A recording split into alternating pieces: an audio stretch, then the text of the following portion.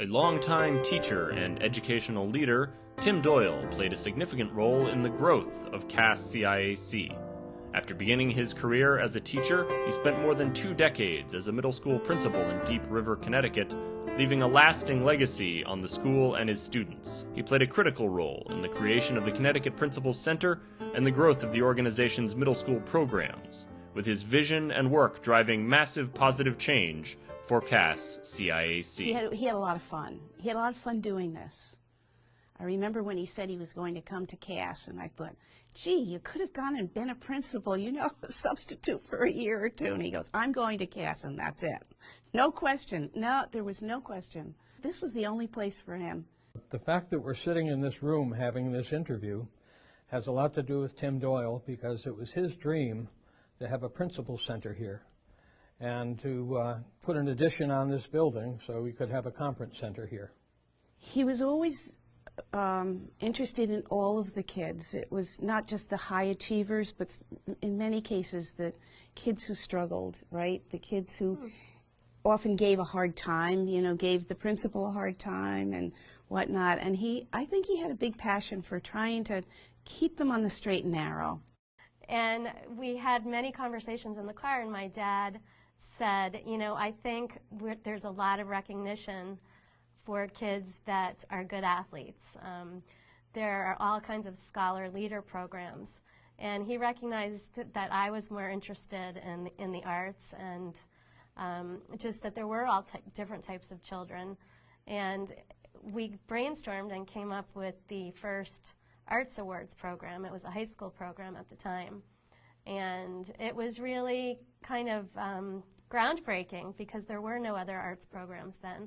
Just to see those art kids, you know, all different personalities, completely different than athletes, but so talented and so creatively blessed, was just amazing. And I think it just gave a sense of worth and recognition to a whole new audience of children. Tim was very self-effacing. He claimed not to know much, but he would surround himself with people who, as he said, were smarter than he.